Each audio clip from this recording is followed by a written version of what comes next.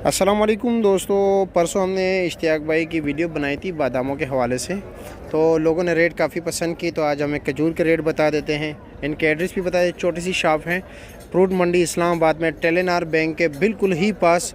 और नंबर भी बताए जी ज़रा। 0334 1668 672। ये खजूर क्या रेट है? जैदी 400 रुपये किलो। अच्छा जी। और ये 650 रुपये किलो है जी। और ये साथ ये भी 600 रुपये किलो, ये भी 600 रुपया, ये भी 600 रुपये, ये भी 600 रुपये किलो। ठीक हो। मूंगफली का भी रेट बताया ज़रा। मोटी मूंगफली। ये मोटी मूंगफली क्या रेट है? इसका दाना भी है? दाना में अच्छा अच्छा, क्या रेट है? 550। 550। ये भी 600 रुपये किलो, ये 600 है। ये 500 रुपये किलो, ये 500। 500 रुपये किलो है जी।